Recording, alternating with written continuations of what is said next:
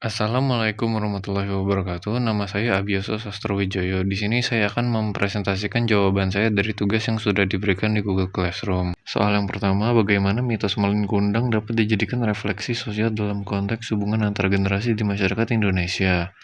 Dan apa dampak sosial yang dapat diambil dari mitos ini, terutama dalam memperkuat nilai-nilai keluarga dan rasa tanggung jawab terhadap orang tua dalam masyarakat modern? Kisah Malin Kundang memperlihatkan tokoh Malin Kundang tidak menghargai apa yang telah dilakukan ibunya maupun ayahnya saat dia masih kecil. Dia merasa malu ketika melihat ibunya dalam keadaan miskin. Melihat ibunya dalam keadaan miskin tidak membuat Malin Kundang ingin membantunya, tetapi membuatnya ingin melupakan ibunya. Mungkin setelah Malin Kundang sudah menjadi orang kaya, dia sudah merasa ada di rumah dan tidak merasa ada yang dia tinggalkan semenjak dia merantau bertahun-tahun yang lalu.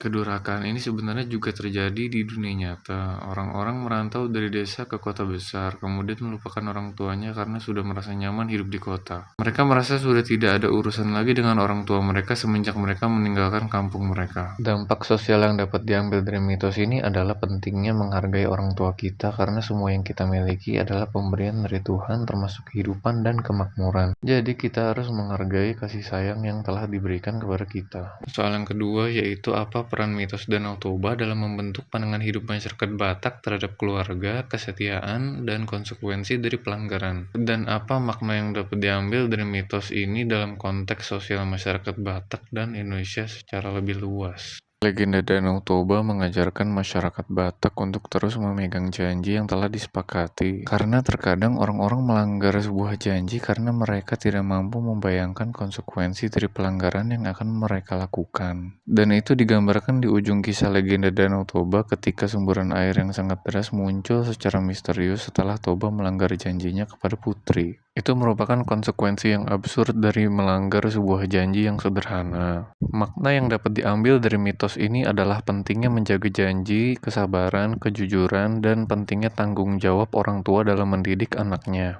Mengabaikan pendidikan mental anak akan membuat mereka memiliki kepribadian yang tidak baik dan mudah terpengaruh oleh hal-hal dari luar yang mungkin akan merusak kepribadian mereka.